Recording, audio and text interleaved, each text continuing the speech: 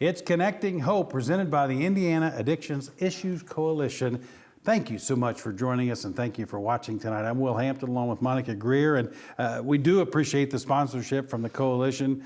We've had Brandon George on a couple of times. We've had great team. Yes. If anything that I see with this Addictions Coalition, they are a great team, aren't they? Yeah, and they don't just settle for what they've done. They keep going and getting better and growing, and just great to watch. Yeah, a lot of what they do and what we've heard over the last several weeks is trying to help the next step. Yeah. What happens after you've maybe made that fall? Yes. What happens next? And that's really what Brandon George and his team, that's what they do. Yeah, and they want to make it easy. Call 211. That's easy. Press 6 if they want to get connected with a peer recovery specialist. They have all kinds of trainings that they can provide to community members and agencies on what they do and the stigma side of it, the trauma side of it. So very impressive. Switching gears, there's a thing called the Safe Haven Baby Boxes. They're all around Indiana. I think there's one in Carmel. The lady who started this is Monica Kelsey. She has a great personal story. Her mom almost aborted her, and then they decided not to. And now she has spent her entire adult life pretty much. She's a fireman, fire official, and she also focuses on getting these baby boxes placed in fire stations across the state. Oh, that's great. It's a lot of work. Yeah. She works hard at it. Recently, she was in Noblesville talking with our mayor and other officials about potential of bringing one of the Safe Haven baby boxes to Noblesville. And I had a chance to talk to Monica Kelsey about her story and about the Safe Haven baby boxes. I took the pain of finding out that I was not a wanted child. I was not conceived with wine and roses. And I took that pain of being that unwanted child that some would call me, and I turned it into purpose. When a mom calls us wanting to place her child in the box, we try to talk her into something else. And so we've had 97 women utilize the Safe Haven law by handing a child to a person, which would be a firefighter at a firehouse or a nurse in an emergency room. And we've done 7 adoptions also.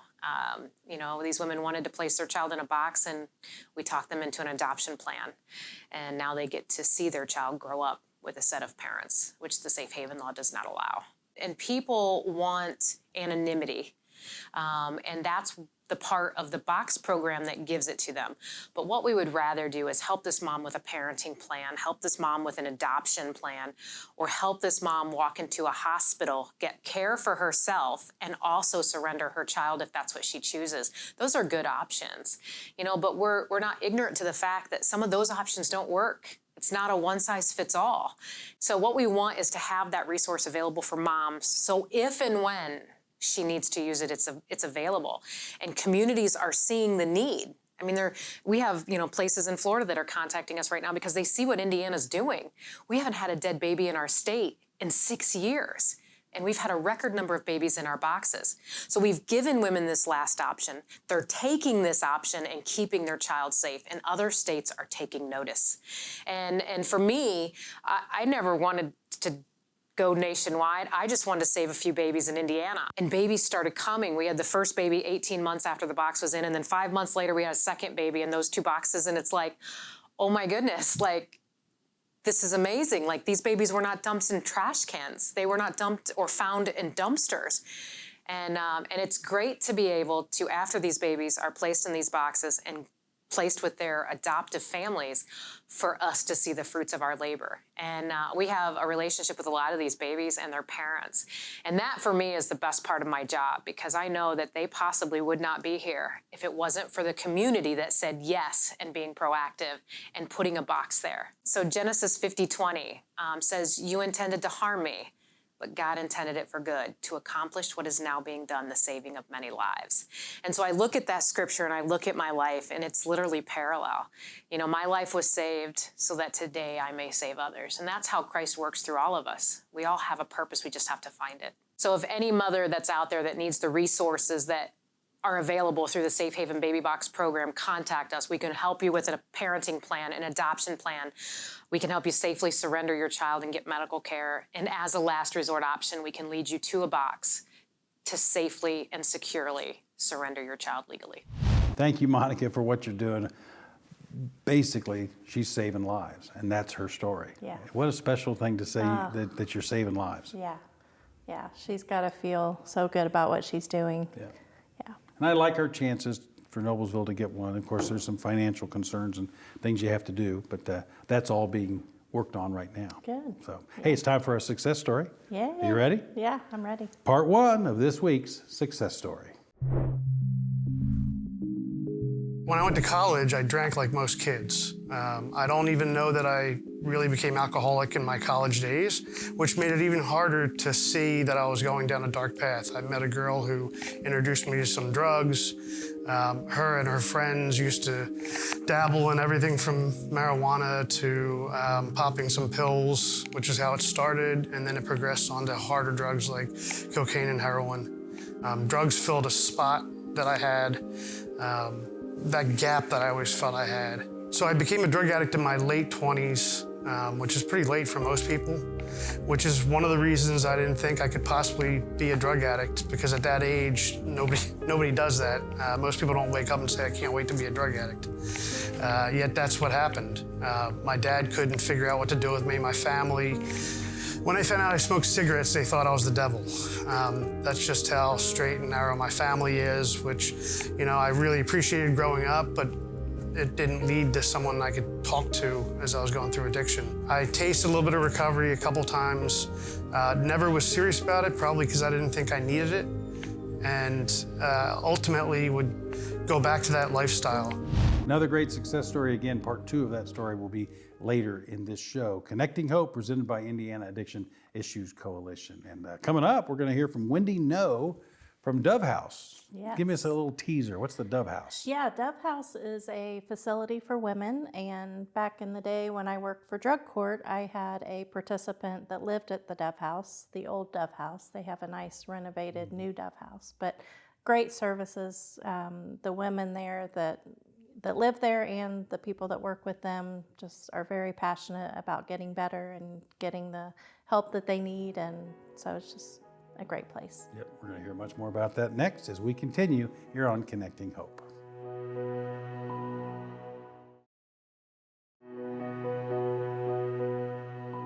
Welcome back, and thank you for joining us here on Connecting Hope, presented by the Indiana Addiction Issues Coalition. I'm Will Hampton, along with Monica Greer, and Wendy No from the Dove Recovery House joins us now. Wendy, pleasure. Thanks for joining us. Thanks for having me. I'm excited to be here. The easy question for me, because I don't know much about the Dove Recovery House, is what do you guys do and what's your service? So we are the largest women's residential treatment program here in the state of Indiana, in Indianapolis. We serve 40 women a night who are suffering from substance use disorder. What makes us unique and different than most recovery houses is that we are free. So we don't charge the women that come to our program. The women that come to us, the majority of them are homeless, living in poverty, near homelessness. They've been a part of sex trade industry, violent, abusive relationships.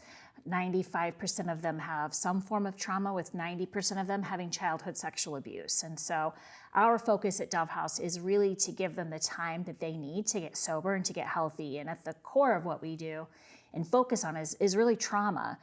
That's, addiction brings them to us, but we always say trauma is the gateway drug. So something came before they became addicted to substances. And so we're a comprehensive treatment provider. So you see all the commercials of fancy treatment facilities that cost $4,000 a week.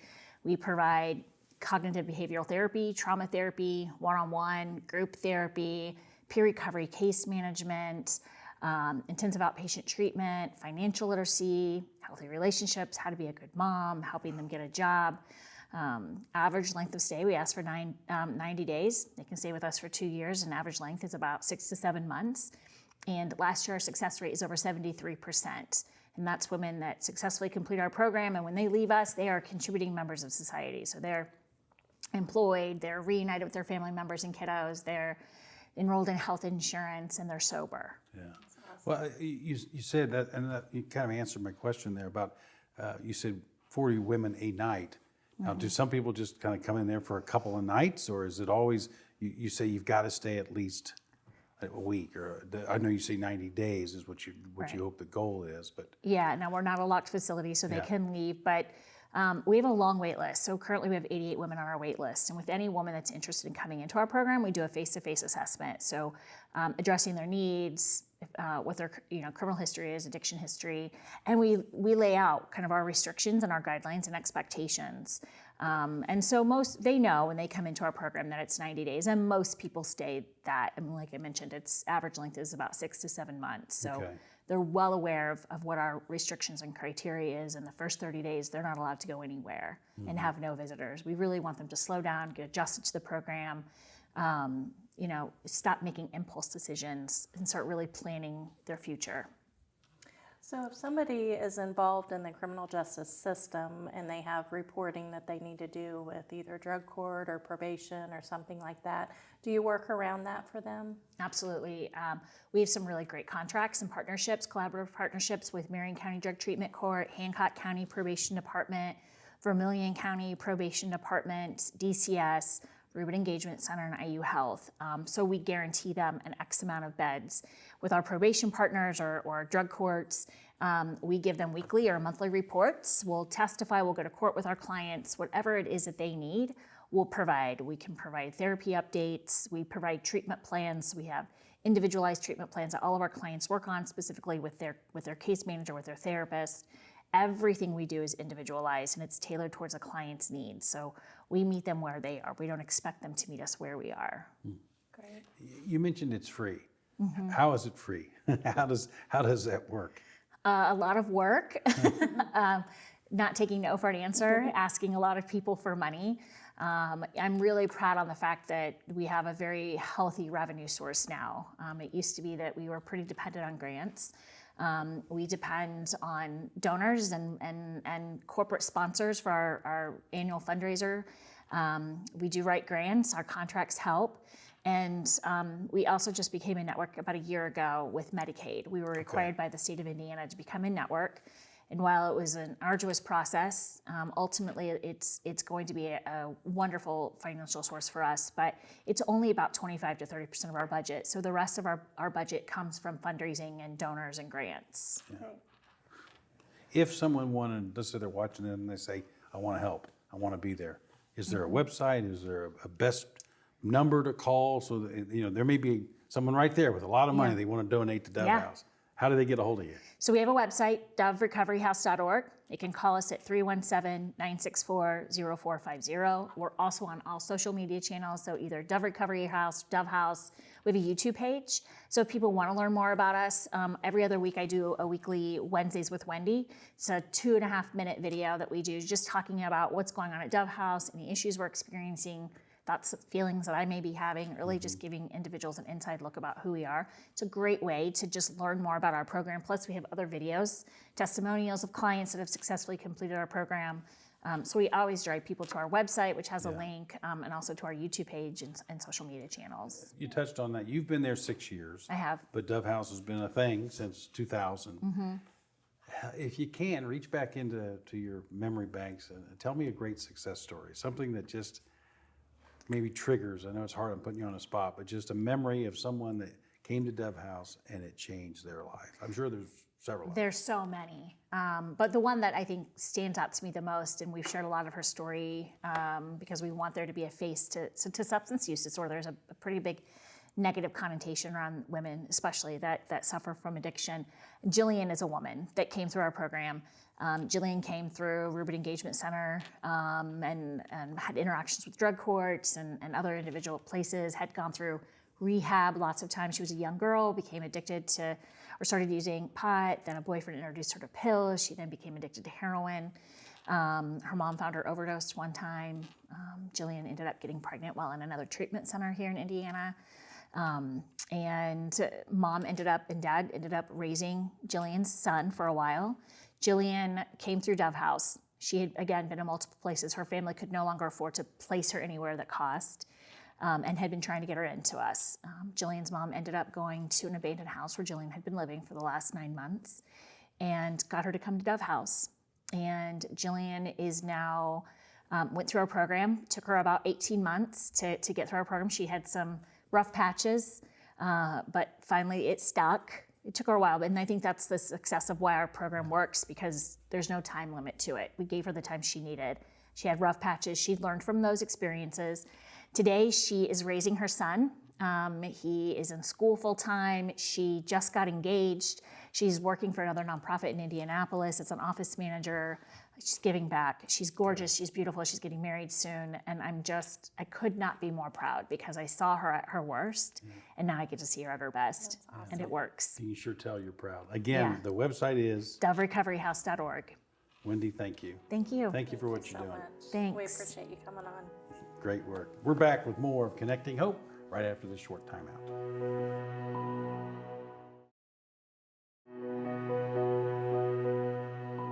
It's Connecting Hope, presented by the Indiana Addiction Issues Coalition. Will Hampton with Monica Greer, and it's time now for part 2 of her success stories. I love these success stories. Yes, our favorite part. Each and every week we hear some great stories, and we heard part 1 earlier. This is now part 2 of this week's success story. Finally, after a fairly lengthy relapse in 2007, after tasting recovery, I realized I absolutely need help. And I didn't know what to do other than get on my knees and say a prayer, please help me, God. If there is a God, help me. And at that moment, I thought, let me call my buddy Brian, who's still in recovery. And that guy, Brian, walked around Progress House, which is where I lived before, collected money from a bunch of guys that had no money, and they bought me a bus ticket.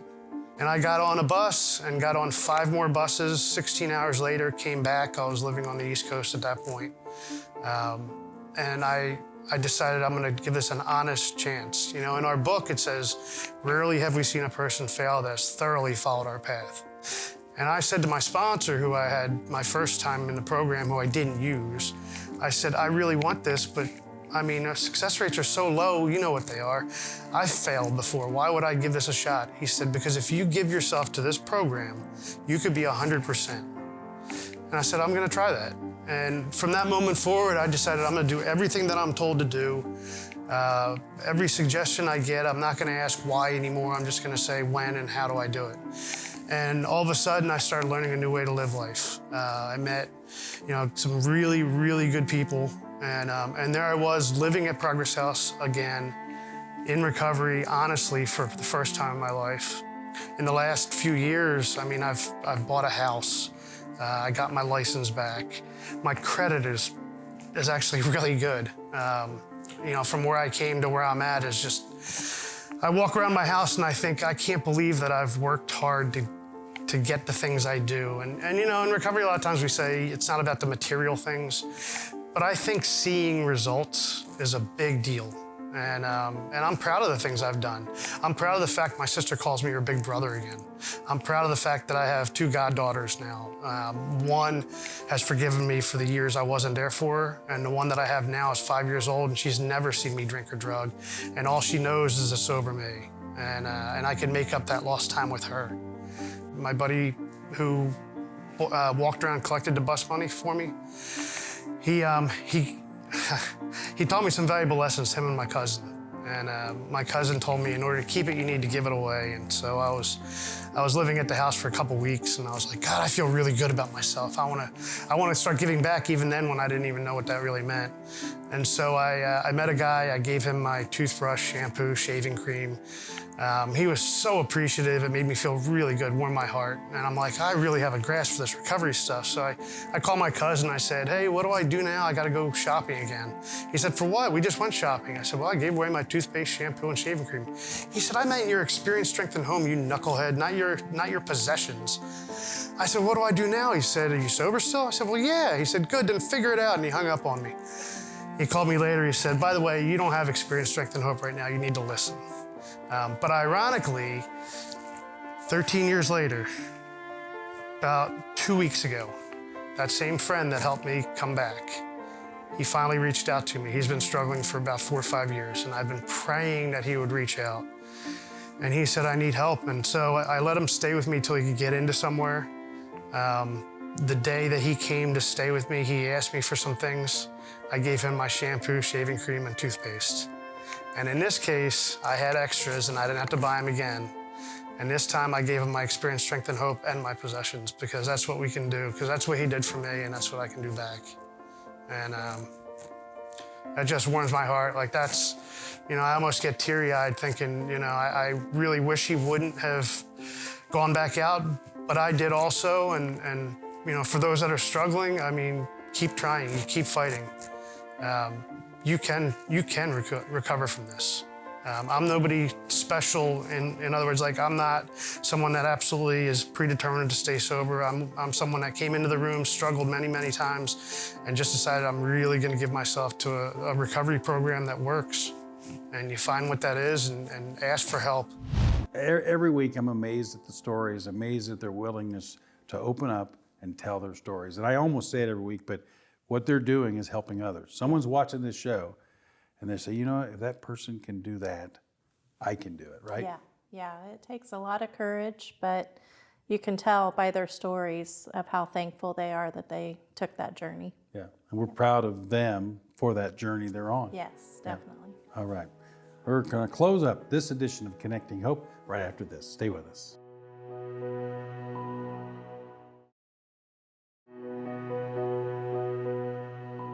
Welcome back to Connecting Hope, presented by the Indiana Addiction Issues Coalition. Will Hampton with Monica Greer, and we talk a lot about the Addictions Coalition because they've sponsored this show the last 6 weeks or so. Really appreciate their sponsorship. But tell us, you talk a lot about 211. That's their big push. What is 211 and how does that work? 211 is a great resource for the community if they need mental health services, if they need housing services, if they need recovery services, if they need just to schedule a COVID vaccine. Yeah. And that's as simple as get on the phone, on your cell phone, 211, Yep. and then hit 6 when prompted. Is that right? Well, there's a lot of different prompts, but yeah, if they would like recovery specialist, hit 6.